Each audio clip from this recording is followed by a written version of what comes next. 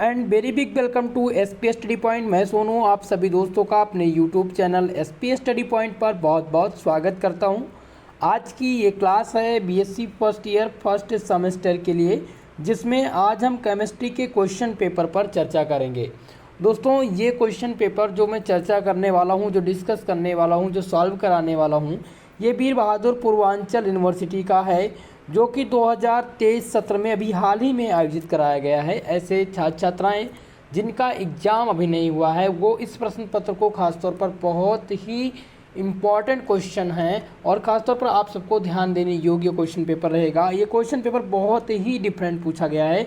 अभी तक की जितनी भी यूनिवर्सिटी ने अपना पेपर कराया है, उन सब यूनिवर्सिटी से भिन्न आपको ये पेपर मिलेगा। एक भी प्रश्न इसमें आपको रिपीटेड नहीं दिखाई देंगे। इस क्वेश्चन पेपर में अभी तक क्या था कि जितनी भी यूनिवर्सिटी पेपर कराई हैं अभी तक, उसमें सभी लगभग 50% क्वेश्चन रिपीटेड रहते थे। लेकिन वीर बहादुर पूर्वांचल यूनिवर्सिटी में जो केमिस्ट्री का पेपर आया है, वो बहुत ही अलग प्रकार से आया है। इसमें आपको रिपीटेड एक भी क्वेश्चन देखने को नहीं मिलेंगे। कहने का तात्पर्य हमारा यह है कि आप इस क्वेश्चन पेपर को पूर्णतया देखिए, क्योंकि आज आपको कुछ डिफरेंट टाइप के क्वेश्चन देखने को मिलेंगे जो एग्ज़ाम में पूछे जा सकते हैं। अभी तक तो नहीं पूछे गए हैं, लेकिन अभी जो जिनका एग्ज़ाम नहीं हुआ, उनके एग्ज़ाम में आने की पूरी संभावना है। तो इस पेपर को आपको पूर्णतः देखना है कंप्लीटली। जो प्रश्न इसमें रिपीटेड होने वाले हैं उनको मैं बताऊंगा और उनको दिखाऊंगा भी। चलिए दोस्तों, क्लास को स्टार्ट करते हैं। सभी लोग वीडियो को लाइक शेयर कर दीजिएगा, कमेंट करके बताएंगे अगर कोई भी दिक्कत है। और जिनका पेपर हो जा रहा है वो अपना क्वेश्चन पेपर हमारे कॉन्टैक्ट नंबर पर सेंड कर दिया करिए, ताकि इसको सॉल्व कराया जा सके और बच्चों की मदद हो सके। तो फर्स्ट सेमेस्टर में जो आप लोग केमिस्ट्री पढ़ रहे हैं दोस्तों, उसका नाम है फंडामेंटल ऑफ केमिस्ट्री, यानी कि एनईपी के अकॉर्डिंग ये क्वेश्चन पेपर है। समय आपको देखिए यहाँ पर क्या हुआ, 3 घंटे का समय देखने को मिला। अभी तक की जितनी यूनिवर्सिटी पेपर कराई हैं 2 घंटे का समय मिला है। मार्क्स आपका सेम ही है, लेकिन समय 1 घंटे सीधा कम कर दिया गया था। वीर बहादुर पूर्वांचल यूनिवर्सिटी में कम नहीं किया गया है, आपका सेम वही पैटर्न है। ठीक है, सेक्शन ए के प्रश्न में जो भी प्रश्न पूछे जाएंगे वो अति लघुत्तरीय प्रश्न रहेंगे।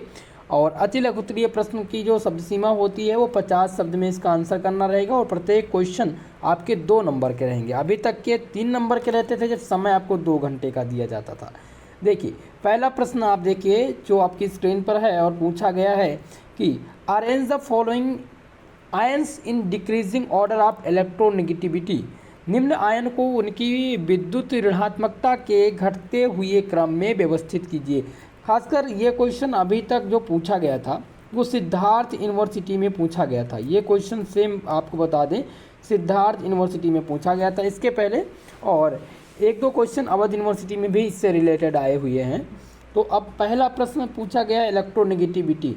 तो आपको बता दें, इलेक्ट्रोनेगेटिविटी और पोलराइजेशन या पोलराइजेबिलिटी, ध्रुवण या ध्रुवणता का क्रम आपसे पूछ लेता है कि इलेक्ट्रोनेगेटिविटी के आधार पर आप इनका क्रम लगाइए, डिक्रीजिंग ऑर्डर में दीजिए, या फिर आपसे पूछ लेगा कि घटते क्रम में बताइए, या आपसे पूछ सकता है कि इन जैसे ये आयन दिया गया m0 सेकेंड। अब कुछ स्टूडेंट को तो अभी तक इनका परमाणु क्रमांक ही नहीं पता होगा कि ये है क्या।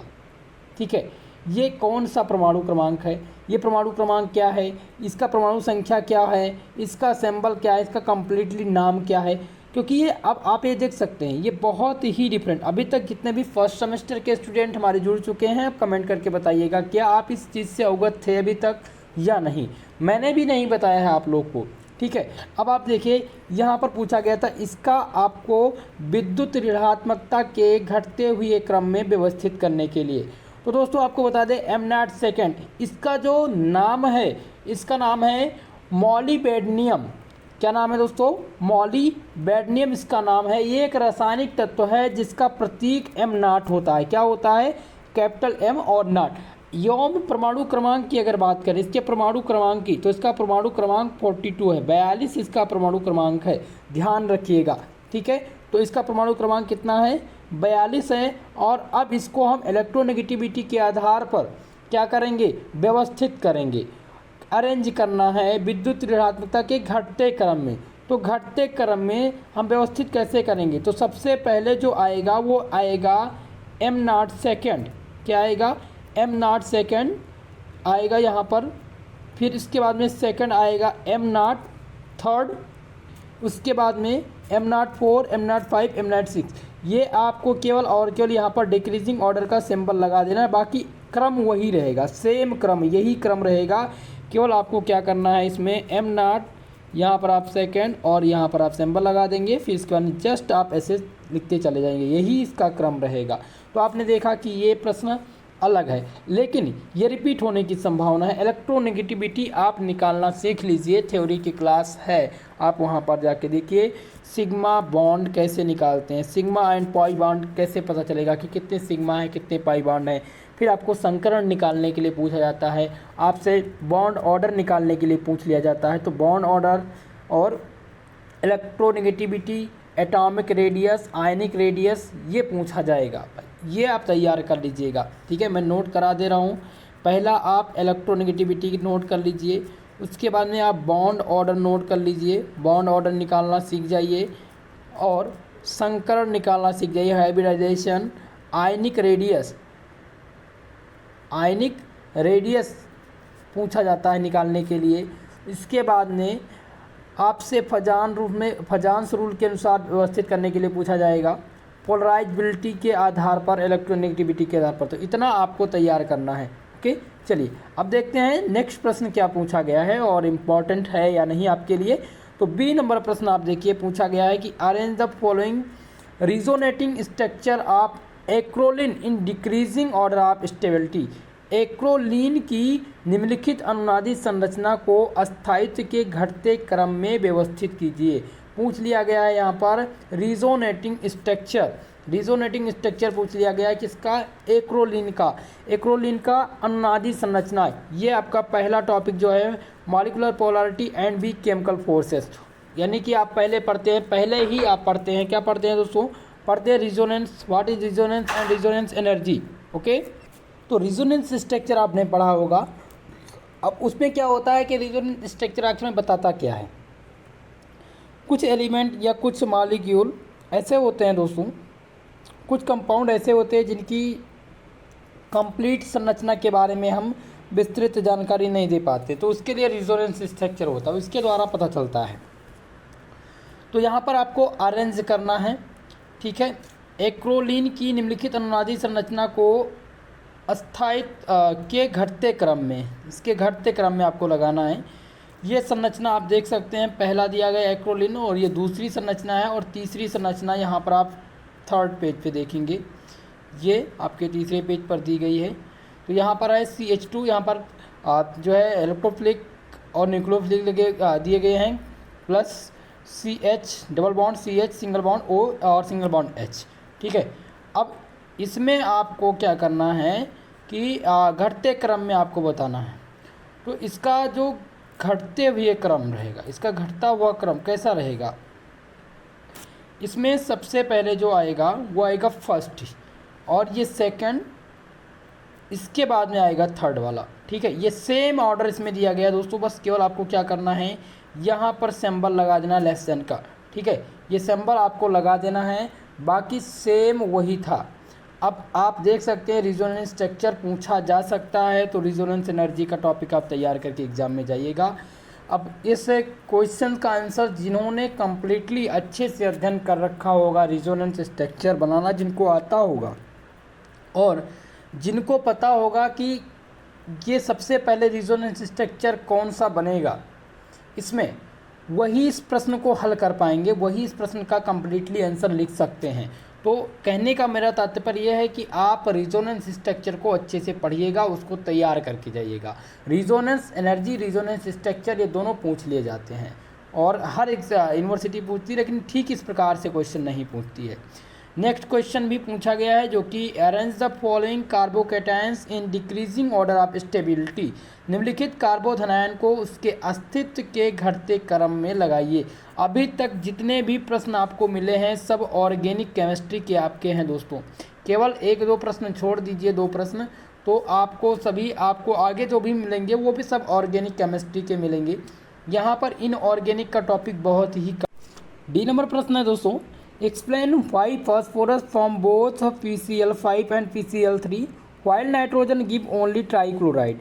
फास्फोरस PCl5 और PCl3 दोनों बनाता है, जबकि नाइट्रोजन केवल ट्राईक्लोराइड देता है। इसका क्या कारण है, इसका स्पष्टीकरण देना है आपको। तो आपको बता दें दोस्तों, फास्फोरस में डी कक्षक उपस्थित होते हैं और इस कारण ये PCl3 और PCl5 बनाता है, और नाइट्रोजन में डी कक्षक नहीं उपस्थित होते हैं, इसीलिए ये केवल ट्राईक्लोराइड देता है। इतना ही अंतर, आपको इतना ही आंसर लिखना था डी नंबर वाले में। ठीक है, तो इस क्वेश्चन से आप समझ चुके होंगे। तो अभी तक आपको क्या देखने को मिला है, ऑर्गेनिक का टॉपिक। नेक्स्ट क्वेश्चन देखिए, पूछ लिया गया ई number, write the IUPAC name and symbol of element having atomic number are 112, यानी कि 112 और 110। 112 और 110 एटॉमिक नंबर वाले जो भी एलिमेंट हैं उनके नाम और उनका सिंबल आपको बताना है। तो दोस्तों 112 का जो एटॉमिक नंबर जो 112 है, इसका नाम जो है वो है कॉपरनिकियम। क्या नाम है इसका? कॉपरनिकियम इसका नाम है, निकियम। और इसका जो सिंबल है दोस्तों, इसका सिंबल ये है CN से इसको डिनोट करते हैं। 112 वाले का जो आपका नाम है वो है कॉपरनिकियम, और इसको डिनोट किससे करते हैं? CN से डिनोट करते हैं। ये डी ब्लॉक का तत्व है। किस ब्लॉक का तत्व है ये? डी ब्लॉक का एलिमेंट है। 110 की बात करें तो एटॉमिक नंबर 110, इसका नाम है डायस्टेडियम, जिसको DS से इसका सिंबल है, डिनोट करते हैं। ये भी डी ब्लॉक का तत्व है। किस ब्लॉक का? डी ब्लॉक का तत्व है। तो 112 का CS और बात करेगा CN, और इसका DS सिंबल दोनों का है एटॉमिक नंबर। और इसका अगर नाम पूछा जाए क्या है, तो इसका नाम है कॉपरनिशियम, और दूसरे का डायस्टेडियम। ठीक है, ये दोनों इसके नाम दिए गए हैं। तो ये भी आपका ऑर्गेनिक के टॉपिक से ही पूछा गया है, इनऑर्गेनिक से नहीं आया है। अगला प्रश्न देखिए, F नंबर, जो कि पूछा गया है। क्या पूछा गया है? Explain the stability order of the following alkenes. निम्नलिखित एल्कीनों के अस्थायित्व क्रम की व्याख्या कीजिए। यहाँ पर अस्थायित्व क्रम की व्याख्या करनी है आपको, स्टेबिलिटी बतानी है, ऑर्डर ऑफ स्टेबिलिटी एल्कीन्स का। अब आप देखिए यहाँ पर दे दिया गया है। अब आप इसमें एल्कीनों के अस्थायित्व क्रम की व्याख्या कैसे कर पाएंगे? जब आपको पता होगा सारी चीज़ें तभी कर पाएंगे। ऑर्गेनिक का पूछा गया, ये रिपीटेड क्वेश्चन नहीं है। ये क्वेश्चन पेपर 15 पेज में है। अभी तक का आपको एक भी पेपर नहीं देखने को मिलेगा 15 पेज में। ठीक है, ये बहुत ही लंबा प्रश्न पत्र है, और इसमें सब जो प्रश्न पूछे गए हैं वो सब ऑर्गेनिक के टॉपिक से या तो स्टीरियो केमिस्ट्री से पूछे गए हैं, जो कि बहुत ही इम्पॉर्टेंट भी है। और ये रिपीट होने वाले प्रश्न नहीं हैं, ये पूछे गए हैं। अब जैसा जी नंबर प्रश्न देखिए, जो कि पूछा गया है, why explain why monochloroacetic acid is stronger than acetic acid. आपको बताना है कि मोनोक्लोरोएस्टिक अम्ल एस्टिक अम्ल से हाईएस्ट क्यों है, स्ट्रॉन्ग मतलब मजबूत क्यों है, आपको बताना है। क्लोरोएस्टिक एसिड एस्टिक एसिड से स्ट्रॉन्ग है, इसका क्या कारण है? तो आपको बता दें, मोनोक्लोरोएस्टिक एसिड में पड़ोसी कार्बन परमाणु पर क्लोरीन का प्रतिस्थापन होता है। क्लोरीन एक अत्यधिक विद्युत ऋणात्मक तत्व है। इसके जो आसपास उपस्थित होते हैं जो OH बॉन्ड, इनके विलयन में अलग अलग होते हैं, इसीलिए ये आसान हो जाता है, और इसीलिए ये सबसे स्ट्रांग होता है। मोनोक्लोरोएस्टिक एसिड इसीलिए सबसे स्ट्रांग होता है, यानी कि एस्टिक एसिड से स्ट्रांग होता है। ठीक है, तो इस प्रकार से क्वेश्चंस आपके एग्जाम में पूछे गए हैं। H नंबर प्रश्न देखिए, जो कि पूछा गया, how many pi and sigma bond are present in the following compound. निम्नलिखित यौगिक में कितने सिग्मा और कितने पाई बंध उपस्थित हैं। अब ये इसमें आपको बताना है, सभी लोग कमेंट के माध्यम से बताएंगे। सिग्मा और पाई बॉन्ड निकालना मैंने आप लोग को बताया है, प्लेलिस्ट में वीडियोस हैं, जा करके देख लीजिएगा केमिस्ट्री वाले फर्स्ट सेमेस्टर की क्लास में। तो सिग्मा और पाई बॉन्ड बहुत ही इंपॉर्टेंट है, कभी कभी पूछ लेता है what are sigma and pi bond. ठीक है, तो लुईस डॉट स्ट्रक्चर जिनको बनाना आता है वो सिग्मा और पाई बॉन्ड बता पाएंगे। और ये आप देख सकते हैं, जा कर के बॉन्ड ऑर्डर निकालना आप सीख जाइए। तो ये क्वेश्चंस आपके एग्जाम में रिपीट हो सकता है। एच नंबर आपके लिए इम्पॉर्टेंट है, इस क्वेश्चन को नोट करके तैयार कर लीजिएगा। तो अभी तक आपको इस क्वेश्चन पेपर देखने के बाद में क्या पता चला, आपको देखने को मिला होगा लगभग अभी तक का इसमें एक भी प्रश्न ऐसा नहीं है जो रिपीटेड रहा हो। अभी तक की किसी भी यूनिवर्सिटी में, केवल सिद्धार्थ यूनिवर्सिटी में एक आध दो प्रश्न मिल जाएंगे। आई नंबर प्रश्न देखिए, पूछा गया है which among the following are electrophilic. दिए गए यौगिक में कौन से यौगिक इलेक्ट्रॉन स्नेही हैं। तो यहाँ पर दिया गया है पहला PCl5। PCl5 जो है वो इलेक्ट्रॉन स्नेही है या नहीं, तो ये आपका इलेक्ट्रोफिलिक है। SF6 ये भी इलेक्ट्रोफिलिक है। CCl2 ये आपका इलेक्ट्रोफिलिक और न्यूक्लियोफिलिक दोनों है, ठीक है, ये दोनों हैं। तो इसमें इलेक्ट्रोफिलिक और न्यूक्लियोफिलिक निकालने के लिए पूछा गया था, पूछा जाएगा, ये ध्यान रखिएगा। जे नंबर प्रश्न है arrange the following increasing order of ionic radius. Ionic radius की मैंने चर्चा की थी कि आयनिक रेडियस से प्रश्न बनने वाले हैं, और यहाँ पर देखिए पूछा गया है। दोस्तों कहने का तात्पर्य, जितने भी वीर बहादुर पूर्वांचल यूनिवर्सिटी के छात्र छात्रा रहे होंगे तो उन्होंने कहा होगा कि सर के मॉडल पेपर से एक भी प्रश्न नहीं आए। मेरे मॉडल पेपर से लगभग कहा जाए तो 10 से 15% क्वेश्चन ही आए हैं इस क्वेश्चन पेपर में। ये कोई कहने की बात नहीं, यही सही है। दोस्तों जो मैंने अभी तक आपको मॉडल पेपर तैयार किया था, आपने क्वेश्चन पेपर भी देखा होगा, ऐसा नहीं है कि आपकी यूनिवर्सिटी में नहीं आया, बाकी यूनिवर्सिटी में पूछा गया है। और मैं मॉडल पेपर उसी बेस से तैयार करता हूँ जिस बेस से प्रीवियस ईयर क्वेश्चन को देखते हुए, प्रीवियस ईयर एग्ज़ाम को देखते हुए कि पिछले वर्ष क्या पूछा जा रहा है, कौन सी यूनिवर्सिटी कैसे टाइप की क्वेश्चन पूछ रही है, तो उसी बेस पे मैंने ये तैयार किया था। लेकिन आपके यूनिवर्सिटी में अभी जब आपका एग्ज़ाम हुआ था तो पहले ऑब्जेक्टिव एग्ज़ाम हुआ था फर्स्ट सेमेस्टर में, तो फर्स्ट सेमेस्टर में ऑब्जेक्टिव हुआ, उसके बाद आप इस बार क्या करा रहे हैं, लिखित करा रहे हैं। तो लिखित जब हुई तो उन्होंने अपना पैटर्न अलग किया, और जो अभी पहली बार उन्होंने पेपर कंडक्ट किया है लिखित मोड में, तो ठीक इस प्रकार से बनाया है। अब वो यूनिवर्सिटी पर डिपेंड है कि यूनिवर्सिटी क्या पूछ ले। लेकिन अगर आप अदर यूनिवर्सिटी के क्वेश्चन पेपर उठाकर देखेंगे तो आपको देखने को मिलेगा कि मॉडल पेपर से प्रश्न पूछे गए हैं जो मैंने बताया था। तो ए वाले सेक्शन में आपने देखा एक भी प्रश्न रिपीटेड नहीं है। तो इससे अब करना क्या है, जिनका एग्ज़ाम नहीं हुआ है क्या उनके एग्ज़ाम में ऐसा हो सकता है, तो बिल्कुल ऐसा नहीं होगा। आपके एग्ज़ाम में रिपीटेड प्रश्न आएंगे, केवल ये वीर बहादुर पूर्वांचल यूनिवर्सिटी से पूछी है।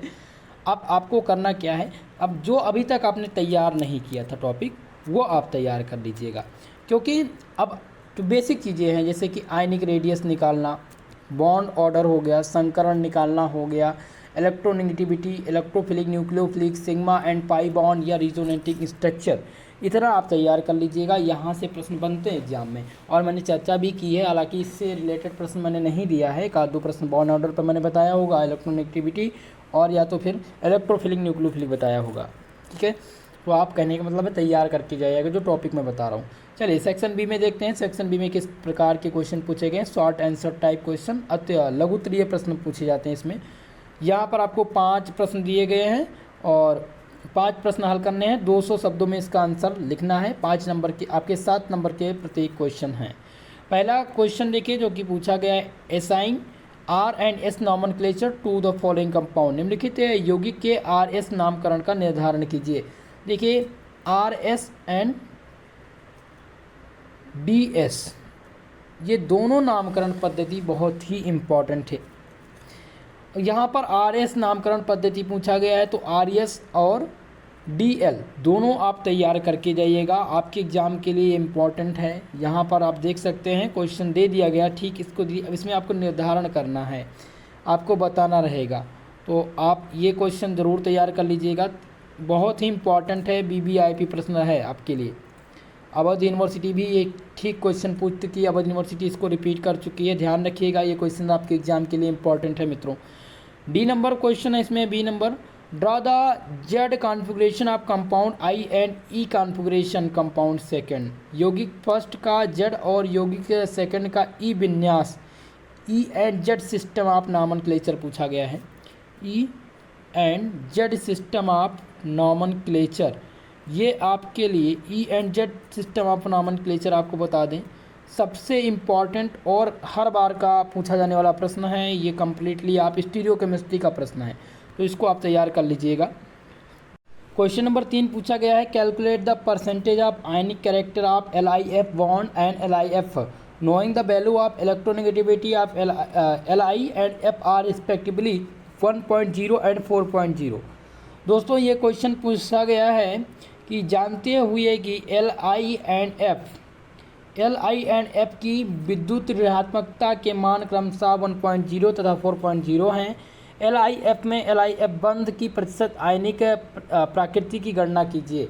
देखिए ये क्वेश्चन मैंने बताया था पूछा जाएगा और पूछा भी गया है। इलेक्ट्रोनेगेटिविटी के आधार पर गणना कीजिए, calculate percentage of ionic character. जब मैंने आपको पढ़ाया था डाइपोल मोमेंट जब मैंने आपको पढ़ाया था तो उसमें डाइपोल मोमेंट क्या बताता है, to calculate the percentage of ionic character in a covalent compound. ठीक है, जब डाइपोल मोमेंट पढ़ाया था तो मैंने वहाँ पर ये चीज़ चर्चा की थी परसेंटेज ऑफ आयनिक कैरेक्टर निकालने के लिए कि परसेंटेज ऑफ आयनिक कैरेक्टर कैसे निकालेंगे। तो आपके लिए इम्पॉर्टेंट है। तीसरा प्रश्न रिपीट हो सकता है, 3 नंबर का A नंबर प्रश्न। B नंबर प्रश्न इसमें से पूछा गया है, describe the dipole moment and its application. द्विध्रुव आघूर्ण तथा इनके अनुप्रयोगों का वर्णन कीजिए। डाइपोल मोमेंट का टॉपिक पूछा जाता है और ये इस बार पूछा जाएगा डाइपोल मोमेंट। ध्यान रखिएगा, डाइपोल मोमेंट निकालने के लिए आपके एग्जाम में प्रश्न बनते हैं और डिक्रीजिंग ऑर्डर भी पूछ लिया जाता है और यहीं से आपके बॉन्ड ऑर्डर भी प्रश्न आएंगे। तो B नंबर प्रश्न बहुत ही इंपॉर्टेंट है, BBIP प्रश्न है आपके लिए, इसको नोट करके तैयार कर लीजिएगा। आपके इनऑर्गेनिक का ही टॉपिक है, पहले चैप्टर का। क्वेश्चन नंबर 4 है, What do you understand by polarizing power and polarizability of ion? Describe the different factor affecting it. दोस्तों ध्रुवण शक्ति एवं ध्रुवीयता से आप क्या समझते हैं, इनको प्रभावित करने वाले विभिन्न कारकों का वर्णन कीजिए। ये फजान्स रूल्स जब मैंने आपको पढ़ाया था तो उसमें पोलराइजिंग और पोलराइजिंग पावर और पोलराइजिबिलिटी मैंने बहुत ही अच्छे से पढ़ा दिया है, वहाँ पर जा कर के वो तैयार कर लीजिएगा। आपके एग्जाम में फजान रूल और पोलराइजिंग पावर पोलराइजिबिलिटी से क्वेश्चन बनने की संभावना इस बार 100% है। तो 4 नंबर प्रश्न भी आपके रिपीटेड हैं और इनको तैयार करके एग्जाम में जाइएगा। ये प्रश्न मैंने बता भी दिया था और मॉडल पेपर में दिया भी था। क्वेश्चन नंबर 5 है, draw the all conformation of cyclohexane, explain their the chair formation and stable then boat conformation. देखिए दोस्तों, मैंने आपको कन्फॉर्मेशन तो ज़रूर पढ़ाए थे, give the conformation cyclohexane and n butane, 2 मैंने बताया था। यहाँ पर साइक्लोहेक्सेन का पूछा गया कि साइक्लोहेक्सेन का जो है वो कन्फॉर्मेशन दीजिए और एक्सप्लेन करिए, परिभाषित कीजिए चेयर कन्फॉर्मेशन और इसका बोर्ड, चेयर और बोर्ड फॉर्म आपको बताना है। 5वां प्रश्न आपके लिए बहुत ही इम्पॉर्टेंट है, ये कन्फॉर्मेशन पूछा जाता है, पूछ लेता है what are conformation, give the conformation of cyclohexane and n butane. तो यहाँ पर साइक्लोहेक्सेन पूछा गया है, इसका चेयर और बोर्ड फॉर्म भी आप तैयार कर लीजिएगा, चेयर एंड बोर्ड फॉर्म पूछा गया है। 5वां प्रश्न इंपॉर्टेंट है आपके लिए मित्रों, ठीक है, ये रिपीटेड है। क्वेश्चन नंबर 6, ये भी आपका रिपीटेड क्वेश्चन है जो कि पूछा गया है, व्हाट आर कार्बिन, कार्बिन क्या होता है, what are triplet carbene more stable than singlet carbene, carbenes किसे कहते हैं, समझाइए कि एकल कार्बिन्स की अपेक्षा त्रिएक कार्बिन क्यों अधिक स्थायी होती है, इसका कारण क्या है। A नंबर प्रश्न आपका इम्पॉर्टेंट है, 6 नंबर क्वेश्चन का। कार्बिन ये आपसे वेरी शॉर्ट में भी पूछा जा सकता है, यहाँ पर शॉर्ट में पूछा गया है और शॉर्ट में पूछा जाएगा तो इसमें आपसे कारण जरूर स्पष्ट करने के लिए आएगा, कार्बिन किसे कहते हैं। इस टॉपिक को अच्छे से तैयार कर लीजिएगा, एग्ज़ाम में आपके रिपीटेड वाले प्रश्न हैं। अभी तक की लगभग 4 यूनिवर्सिटी ये क्वेश्चन ठीक यही प्रश्न पूछ चुकी है। ओके, चलिए आगे बढ़ते हैं और नेक्स्ट प्रश्न देखिए क्या पूछा गया है। B नंबर प्रश्न पूछा गया है, explain why CF2 is more stable then Cl2, कारण सहित समझाना है आपको कि CF2 का अस्थायित्व Cl2 से अधिक है, इसका क्या कारण है। देखिए कारण स्पष्ट करने के लिए इस प्रश्न में खूब पूछा गया है, decreasing order, increasing order, polarisability और कारण। तो B नंबर प्रश्न में रिपीटेड तो नहीं कह सकता कि ये रिपीटेड हैं, लेकिन अब इसको आपको पढ़ना ही पड़ेगा। अगर आप पढ़े होंगे तो आप अच्छे से इस क्वेश्चन को हल कर सकते हैं। आपका जो 7 क्वेश्चन है, क्वेश्चन नंबर 7 ये है, define lattice energy and hybridization energy, माफ करेगा, hydration energy, how these to affect comparative stability of ionic compound. जालक ऊर्जा पूछी गई है कि जालक ऊर्जा क्या होती है। जालक ऊर्जा का टॉपिक हर बार पूछा जाता है एग्ज़ाम में, तो जालक ऊर्जा किसे कहते हैं ये आप तैयार कर लीजिएगा। और क्वेश्चन तो आया था कि जालक ऊर्जा तथा जलीयोन ऊर्जा की परिभाषा दीजिए। आयनिक यौगिक की तुलनात्मक विलेयता को ये किस प्रकार प्रभावित करते हैं, ये आपको बताना था। तो जालक ऊर्जा अभी तक का पूछा गया है, रिपीट हुआ है, और जालक ऊर्जा आप तैयार करके जाइएगा। ओके, ये भी प्रश्न आपके रिपीटेड हैं। क्वेश्चन नंबर बी आपका जो कि पूछा गया है, what is the different between configuration and conformation. ये क्वेश्चन आपका रिपीटेड है दोस्तों। बी नंबर प्रश्न लगभग 4 यूनिवर्सिटी इस क्वेश्चन को पूछ चुकी हैं। कन्फॉर्मेशन और कॉन्फ़िगरेशन में अंतर पूछा गया है। वरीय और रूप और समरूप में अंतर क्या होता है, आपका इम्पॉर्टेंट क्वेश्चन है और एग्जाम में आपके आने की संभावना है। तो बी नंबर प्रश्न आप भी तैयार करके जाइएगा, क्योंकि ये आपसे रिपीट हो सकता है। अगला प्रश्न देखिए, 8 नंबर प्रश्न जो कि मैथमेटिकल मेथड से पूछा गया है। क्या पूछा गया है, find the maximum and minimum value of x3 - 12 x + 10। इसका मैक्सिमा और मिनिमा फाइंड करना है। मैक्सिमा और मिनिमा के टॉपिक से ये प्रश्न पूछा गया है, और मैक्सिमा और मिनिमा से एक क्वेश्चन पूछा जाता है। देखिए, मैथमेटिकल कॉन्सेप्ट से आपकी हर यूनिवर्सिटी में लगभग 2 से 3 क्वेश्चन आते हैं। कभी कभी एक ही प्रश्न आता है, एक शॉर्ट में और एक लॉन्ग में पूछ लेता है। यहाँ पे शॉर्ट में पूछा गया है। तो मैक्सिमा और मिनिमा और प्रोबेबिलिटी आप तैयार करके जाएंगे। प्रायिकता से प्रश्न खूब बनते हैं और लॉग के क्वेश्चन आपके एग्जाम में आते हैं। ठीक है, तो यहाँ पर आप देखिए जो पूछा गया है, तो ये आपसे मैक्सिमा और मिनिमा से पूछा गया था, जो कि मैंने बताया। बी नंबर प्रश्न देखिए पूछा गया, in a single throw the two dice what is the probability of obtaining total greater than 10। 2 पासों के पास एक उछालने पर योग 10 से अधिक प्राप्त करने की प्रायिकता क्या होती। प्रायिकता का क्वेश्चन हर यूनिवर्सिटी पूछती है, ऐसी कोई यूनिवर्सिटी नहीं जो ये क्वेश्चन ना पूछी हो। या तो पूछ लेगा व्हाट इज़ प्रोबेबिलिटी, या फिर आप पूछ लेगा कि 2 पासे हैं, इनको एक बार उछालने पर योग 10 से अधिक प्राप्त करने की प्रायिकता क्या होगी, या इससे रिलेटेड 1-2 प्रश्न दे देगा। तो ये क्वेश्चन आप ध्यान रखिएगा, प्रायिकता का टॉपिक अच्छे से तैयार करके जाइएगा। ये आपके एग्जाम में आया है। 9 नंबर प्रश्न है जो कि पूछा गया है यहाँ पर, क्वेश्चन नंबर 9 कि find the decimal equivalent of 11001 का होल स्क्वायर। दशमलव समतुल्य प्राप्त कीजिए। ठीक है, ये आपके कंप्यूटर सिस्टम से है, बेसिक कंप्यूटर सिस्टम जो कि आपकी 7वीं यूनिट है, और वहाँ से ये प्रश्न पूछा गया। दशमलव प्रणाली से क्वेश्चन। बाइनरी नंबर सिस्टम आप तैयार करके जाइएगा। ये क्वेश्चन ए नंबर आपके लिए इम्पॉर्टेंट है, आपके एग्जाम में रिपीट होगा, ध्यान रखिएगा ये क्वेश्चन। बी नंबर है, यहाँ पर दिया गया find the octet equivalent of 590 का अष्टक समतुल्य प्राप्त करना है। तो ये बेसिक कंप्यूटर सिस्टम से दोनों प्रश्न हैं और दोनों प्रश्न रिपीटेड हैं, ध्यान रखिएगा। और बाइनरी नंबर सिस्टम या तो पूछा जाएगा आपसे। तो बी नंबर सेक्शन में आपने देखा बहुत सारे प्रश्न हैं यहाँ पर, और इसमें लगभग सभी प्रश्न रिपीटेड हैं। कुछ प्रश्न आपको नहीं मिलेंगे, बाकी प्रश्न आपके रिपीटेड हैं, जो मैंने बता दिया, जो एग्जाम में आने की संभावना है। सेक्शन सी खंड सा, यहाँ पर लॉन्ग टाइप के प्रश्न पूछे जाते हैं और 2 प्रश्न इसमें से हल करने हैं आपको। 500 शब्दों में इसका आंसर आपको देना रहेगा।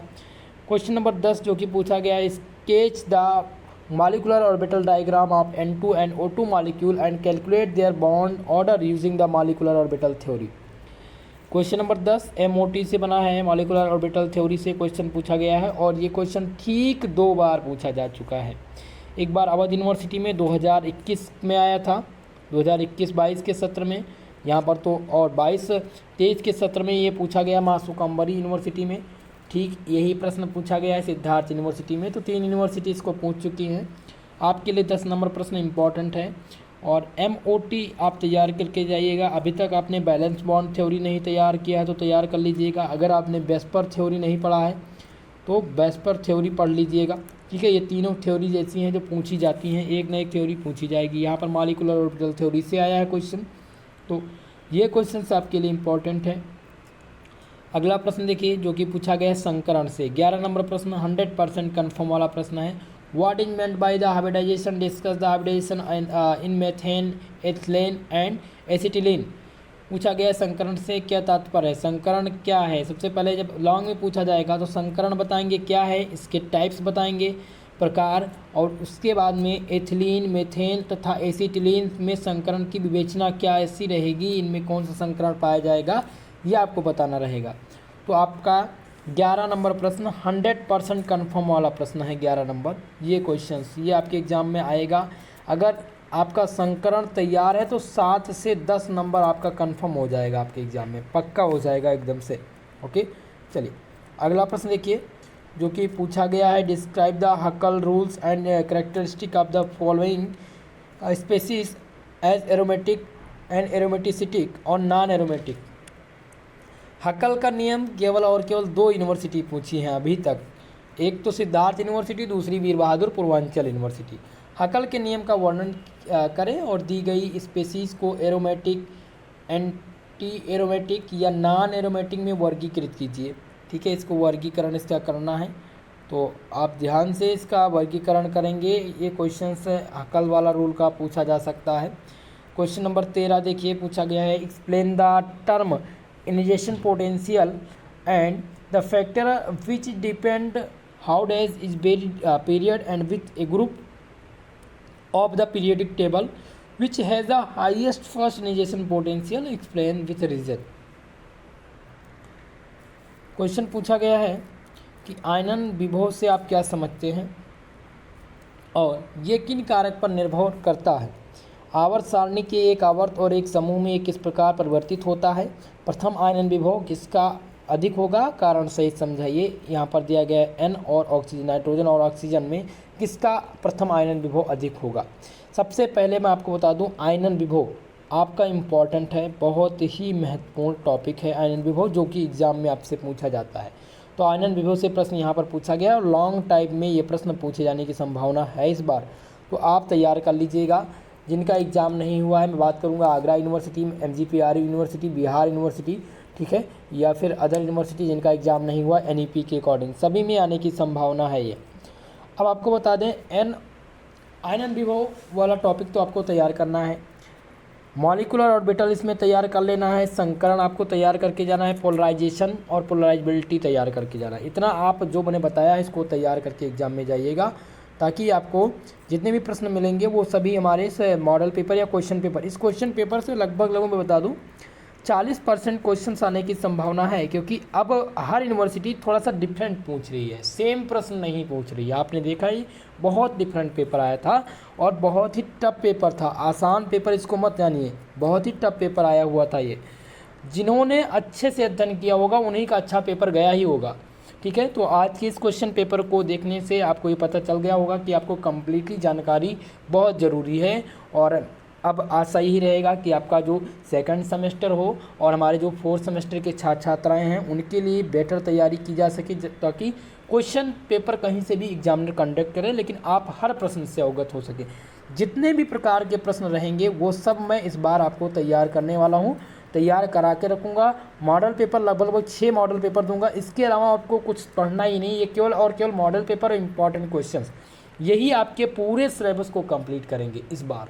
ओके, तो वीडियो को लाइक कर दीजिएगा, शेयर कर दीजिएगा, और वीडियो समझ में आई है तो वीडियो को ज़्यादा से ज़्यादा लोगों में शेयर करिए। कमेंट के माध्यम से अपनी राय जरूर दीजिएगा आज की इस क्लास के बारे में। और जिनका पेपर सही नहीं हुआ है, जिनका पेपर अच्छा हुआ है, क्या आपने ये प्रश्न पत्र हल किया, आपको इस टॉपिक से क्वेश्चन मिले थे या नहीं, तो कमेंट करके ज़रूर बताइएगा। ओके, आज के लिए बस इतना ही, मिलते हैं नेक्स्ट वीडियो में, तब तक के लिए जय हिंद जय भारत।